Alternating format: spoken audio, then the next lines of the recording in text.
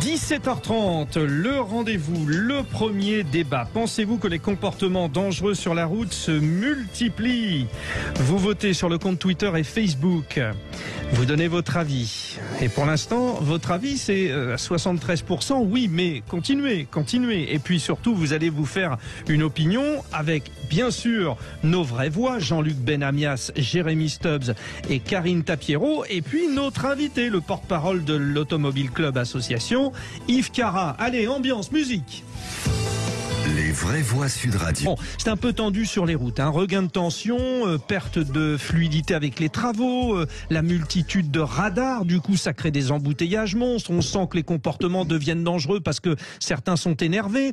Alors donc ça, c'est la base. Et puis ensuite, on assiste à des phénomènes comme celui rappelé samedi dernier par nos confrères du Parisien. Ces voitures qui transitent via des sociétés françaises fictives, objectif blanchir de l'argent sale et défier la sécurité publique sur les routes, parce que évidemment on voit de temps en temps passer quelqu'un qui n'a rien d'une personne qui respecte les vitesses. On se dit mais il va se le prendre le radar. Moi je freine quand il y a un radar, après je réaccélère peut-être, mais là lui ne freine pas. Ben oui, parce que il a une voiture souvent alors immatriculée en Pologne, mais ça peut être en Slovaquie, en Allemagne, au Luxembourg, dans d'autres pays. Et comme ça passe par des sociétés écrans et que éventuellement s'il est verbalisé, jamais on remontera à l'auteur puisqu'on aura une succession d'entreprises de location qui seront là. Bon, il y a plein d'autres thèmes qu'on va évoquer avec nos vraies voix, mais Yves Cara qui est avec nous et que je salue. Bonsoir Yves Cara.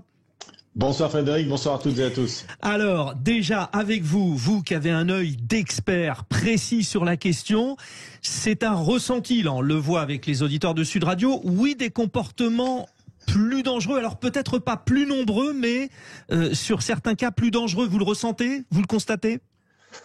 Non, franchement, pas trop. J'ai fait près de 7000 km au mois de juillet avec un partenaire sur toutes les routes et autoroutes de France, notamment dans le sud de la France. J'ai pas eu l'impression qu'il y ait plus de comportements dangereux. Maintenant, deux choses. En matière de sécurité routière, quelle que soit d'ailleurs l'infraction, c'est jamais gagné. Donc, action et prévention, éducation, formation et du contrôle, on va dire, c'est nécessaire. Donc, c'est jamais gagné. Après, dans les comportements dangereux, il faut voir les volontaires, comme l'immatriculation en Pologne, on fait n'importe quoi, et puis les involontaires, c'est-à-dire tous les écrans dans la voiture, c'est pas bon pour la sécurité routière. Donc voilà, il faut vraiment distinguer deux sortes de comportements qui amènent soit un accident, qui peuvent le provoquer, ceux volontaires et ceux involontaires.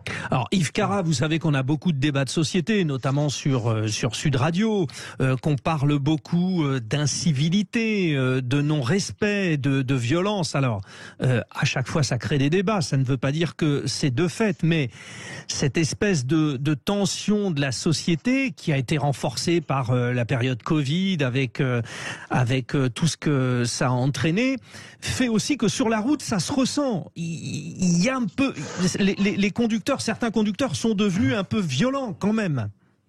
Alors, ce qu'il y a de certain, c'est que avec cette période de Covid, il y a plus de mélange, je dirais, de mobilité sur les routes, vélo, trottinette et voitures, notamment dans les villes. Donc oui, ça crée des tensions, parce que oui, au détriment d'ailleurs de ceux qui utilisent leur automobile, qui sont parfois des cyclistes et parfois peut-être des personnes qui prennent d'ailleurs une trottinette, on a créé des tensions les uns contre les autres. Ça, c'est jamais bon pour une société apaisée et pour la sécurité. Mais globalement, je dirais qu'avec les millions de déplacements, que ce soit à Paris ou dans toutes les autres villes, franchement, ça se passe plutôt relativement bien. On a quand même, avec 2 fois plus de circulation par rapport à 1973, où on a eu 18 millions de morts et 18 000 morts et des milliers de blessés. Là, on en a autour de 3000 avec 2 fois plus de circulation. Il faut relativiser. Les voitures sont de plus en plus sûres. J'ai pas l'impression que les comportements, même si on est un peu plus nerveux, amènent plus d'accidents.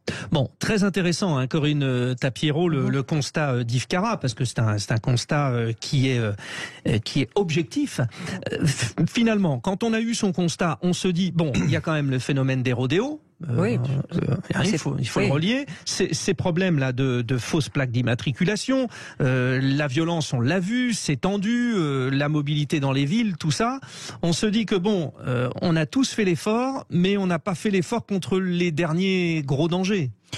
Non, je crois qu'on est dans une situation un petit peu particulière. C'est vrai qu'en tant qu'automobiliste, bien souvent, ou motard, les gens sont confrontés à une circulation insupportable.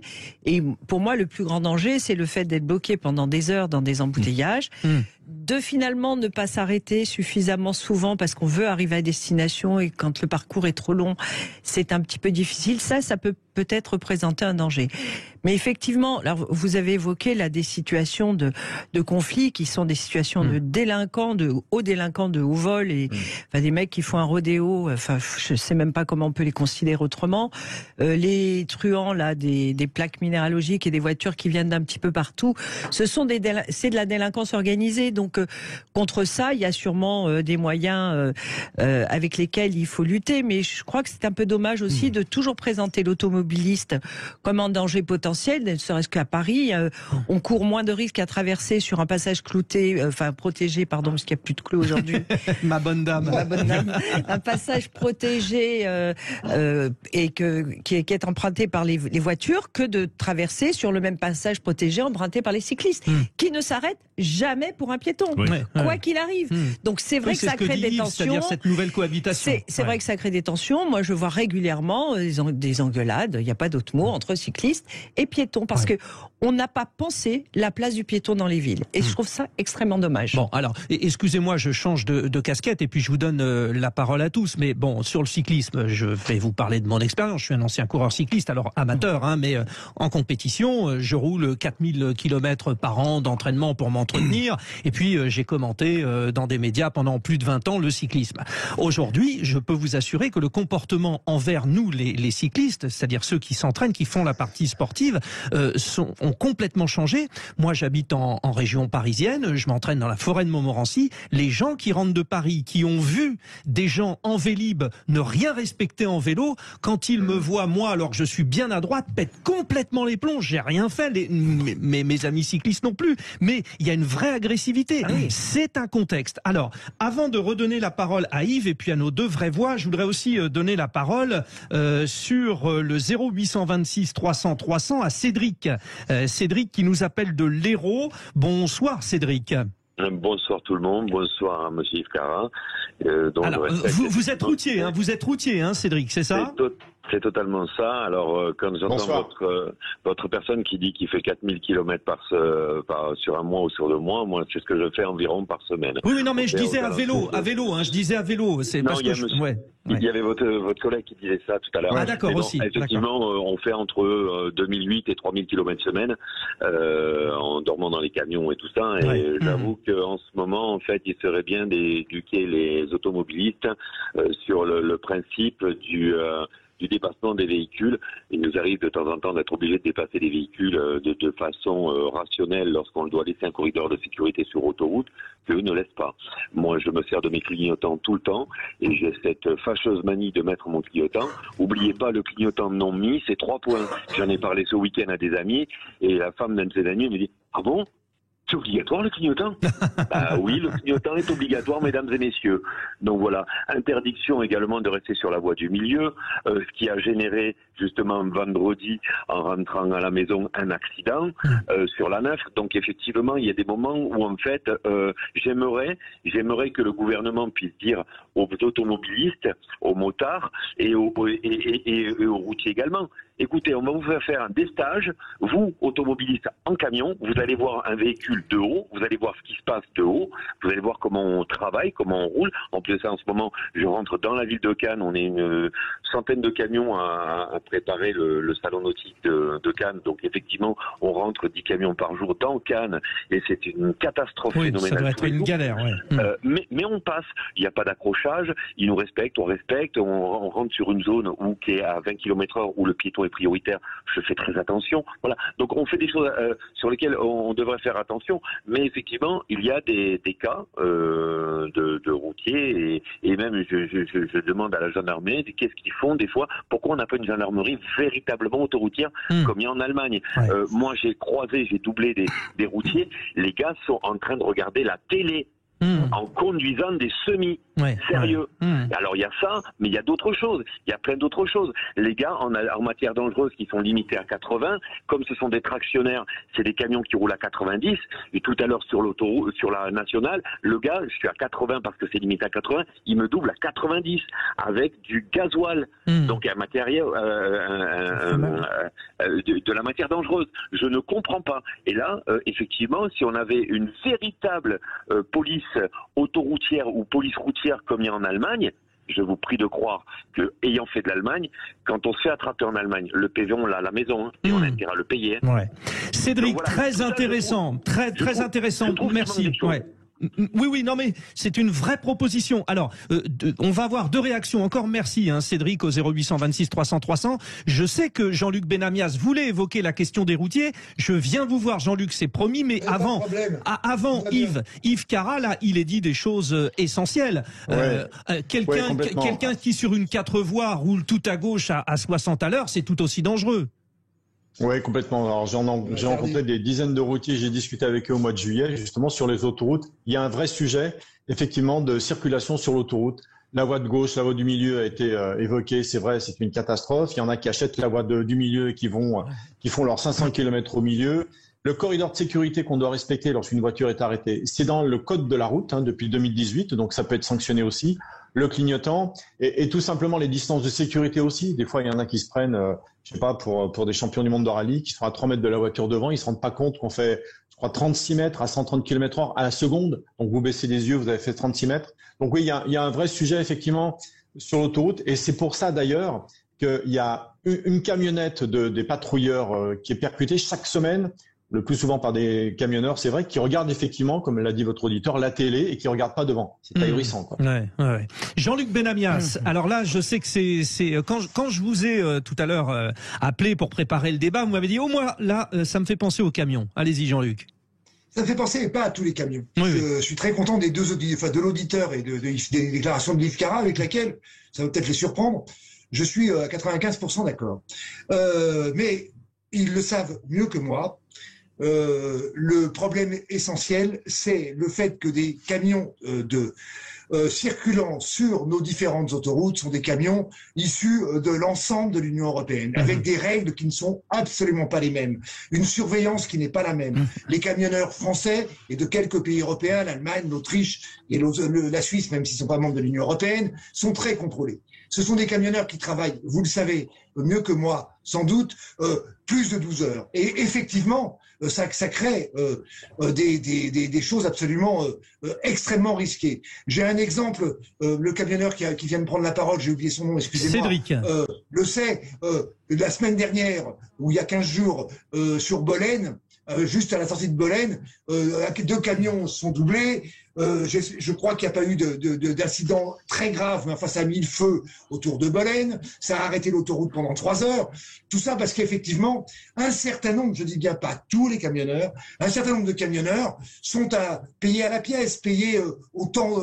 Ils ont clairement, je n'invente rien, vous le savez, les revenus des camionneurs français, même s'ils sont pas suffisamment importants, sont des revenus réguliers, des revenus qui sont largement au-dessus du SMIC français. Et heureusement, vu les horaires, et vu le travail que ça comporte. Mais nous avons des camionneurs. Alors j'ai cité des noms, mais j'ai rien contre les Lituaniens non plus, ou les Slovènes, mais qui sont payés 500 €, 600 €. En Slovénie, ça va encore, mais c'est plus Lituanie, Pologne, effectivement. Oui, mais en Slovénie, le salaire moyen est pas non plus très très haut. Et je pense qu'il est à 800 € au SMIC, et beaucoup plus que évidemment les Lituaniens. Bon voilà, clairement, j'ai bien aimé Yves Cara le rappel par rapport à la sécurité routière. On était dans les années 70, vous l'avez rappelé, à 18 000 morts. On est autour de 3 000. C'est toujours beaucoup trop, bien sûr. Mais on est au-dessus de 3 000. Voilà, moi après, clairement, je pense que pour les camions, je passe au transit de marchandises sur l'ensemble de l'Union européenne. Faut insister, ça vous surprendra pas, sur le ferroutage, le transport combiné, et que à ce niveau-là, ça ne supprime pas les emplois des camionneurs, mais ça permet d'avoir des horaires convenables qui évitent la fatigue et qui évitent ce que vous avez raconté. J'aurais même pas osé le raconter, mais comme c'est le camionneur qui le raconte, effectivement, j'ai vu ça, je circule pas mal en bagnole. Regarder un film en bagnole, c'est quasiment insensé. Alors, c'est pas tous les camionneurs, évidemment, mais on est dans des situations où sur les grosses autoroutes françaises, puisqu'on est un pays de transit, je vais arrêter là, je vais terminer là-dessus. On est un pays de transit, parfois il est même difficile de doubler pour les bagnoles. Alors, c'est marrant, Jean-Luc Benamias, parce que hier, on posait la question, faites-vous confiance au train? Et très très vite, on est venu aussi à la question du fret, que ça serait tellement soulageant pour nos routes d'avoir du transport ferroviaire. Je vais solliciter, bien sûr, maintenant Jérémy Stubbs sur la question, mais Jean-Luc Benamias, vous êtes un fan de football, et souvent, quand il y a des problèmes dans le stade, on dit que le football est à l'image de la société et véhicule tous les mots MAUX. On pourrait dire que finalement, la route, c'est un peu la même chose. Au bout du compte, vous partagez, Jérémy Stubbs, ce constat que cette incivilité aussi qu'on a sur les routes est à l'image de cette société? Oui, bien sûr, bien sûr. Et c'est un peu trivial, mais quand il fait très chaud, eh bien, les gens sont plus aptes à se mettre en colère, comme en ce moment. Mais ce qui me semble le plus frappant, c'est que la police, la gendarmerie n'ont plus les moyens vraiment de patrouiller la route comme autrefois peut-être. Je me souviens d'une époque où si on faisait un excès de vitesse, j'en parle de manière tout à fait théorique, n'est-ce pas, on était arrêté par les gendarmes et obligé de payer sur le champ. Tandis que maintenant, on se fie à des caméras et on envoie la facture après. Alors ces personnes qui traversent la France avec des plaques d'immatriculation enregistrées ailleurs, on ne peut pas les toucher. Bien sûr. Ils sont intouchables parce que on n'a pas les moyens. Et d'ailleurs, comme j'ai les réflexes d'un vieux au volant, quand je suis sur l'autoroute et que je m'approche de la limite de vitesse, je regarde dans le rétroviseur, est-ce qu'il y a un policier quelque part qui va me voir? Évidemment, j'ai complètement tort parce qu'il n'y en a pratiquement plus.